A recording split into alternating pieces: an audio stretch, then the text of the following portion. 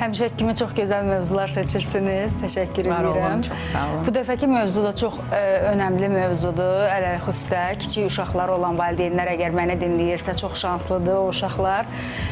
Çünki bu vərdişlərin ən birinci o möhkəm olmağında, dayanıqlı olmağının səbəbi, ən birinci səbəbi ondan ibarətdir ki, beyin hələ plastik formada olaraq neuroplastik səviyyədə olur. Yəni xəmir kimi olur. Plastilinlə necə hər istədiyimizi qura bilirik də, düzəldə bilirik. Beyin də uşaqlıq dövründə həmin o plastilin kimi olur, yəni xəmir kimi olur da. Nə formanı versək o formanı da götürəcək. Ən birincisi budur. Bir də ki, sinir impulsları keçiriciliyi, sürəti daha çox olur uşaq vaxtı. Təsəvvür eləyin ki, saniyədə minlərlə neurosinaptik əlaqələr qurulur ki, bu da həmin o, elə ki, bir magistral yol əmələ gəlir də, yəni uşaqlıq vərdişlərinə, həm də biz bu tərəfdən baxırıq, loro dildə. Təsəvvür eləyin ki, davamlı olaraq təkrarlanan bu vərdişlər, hər hansısa vərdişlər böyük bir magistral yol əmələ gətirir. Həm də ki, burada zaman müddəti var. Məsələn, bir var ki, böyük insan hər hansısa bir yaxşı vərdiş qazanmaq istəyir. Onun zamanı azdır, axı 1 aya, 2 ilə, lap olsun 1 ilə. Uşaqlıq vərdiş elədir ki, 8-10 ilə formalaşır, hətta 10-15 il götürür də psixologlar ki, bu vərdişlər zaman etibarı ilə. Bir də ki, ümumiyyətlə, uşaqlıq vərdişləri nəyə görə dayanıqlıdır? Əsas səbəb ondan ibarətdir ki, bu həyatda qalma mexanizminə xidmət eləyir. Hər hansısa bir vərdiş.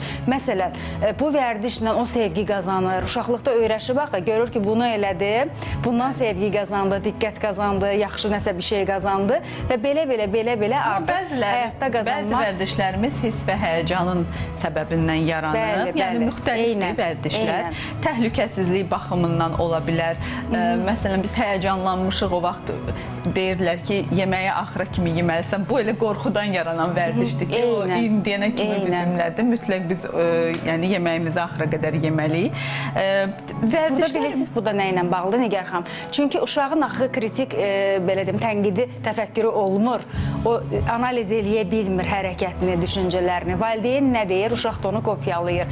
Ona görə, məsələn, artıq çəkili insanlar var ki, hələ də bundan əziyyət çəkmir. Bu da bir pis vərdişdir də, belə götürəndə. Bu vərdişi də kim qoyur bizə? Valideynlərimiz. Axıra qədər yeməlisən və yaxud da ki, uşaq həyəcanlananda və yaxud da özünü pis hiss eləyəndə ona nəsə şirin bir şey verirdilər, yemək verirdilər və bu da pis vərdişə gətirib çıxardır. Hər hansı bir hərəkəti eləyəndə uşaq həyəcanlanırdı, qorxurdu ki, indi ondan sorğulanacaq ki, nəyə görə bunu elədin?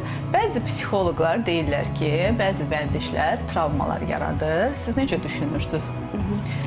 Yəni, indiki yeni nəsillə əvvəlki nəsil arasında travmalı nəsil adı qoyulur. Biz bunu bir dəfə demişik, deyəsə, müzakirə eləmişik. Amma nə dərəcədə uyğundur ki, travmalı demək?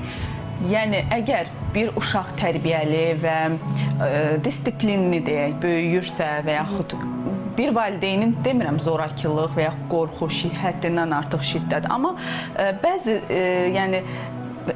valideynin tövsiyə elədiyi məsləhətlər mi deyim, onlar niyə travma adlandırılsın?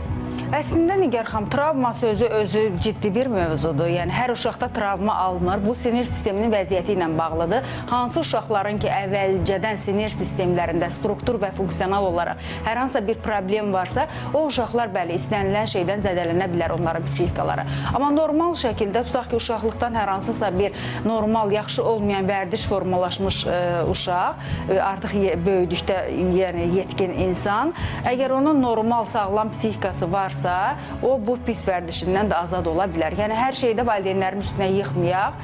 Çünki valideynlər də öz doğrularını, onların da doğruları olmuşdur. Buna görə də valideynləri günahlandırmaq yerinə, mənə travma verildi, bu cür özümüzü kodlamaq yerinə, yəni, daha ən yaxşısı biz həmin o vərdişləri qırmalıyıq ki, valideynlərimiz də bağışlamalıyıq, başa düşməliyik, hətta sevgimizi göndərməliyik ki, onlara da.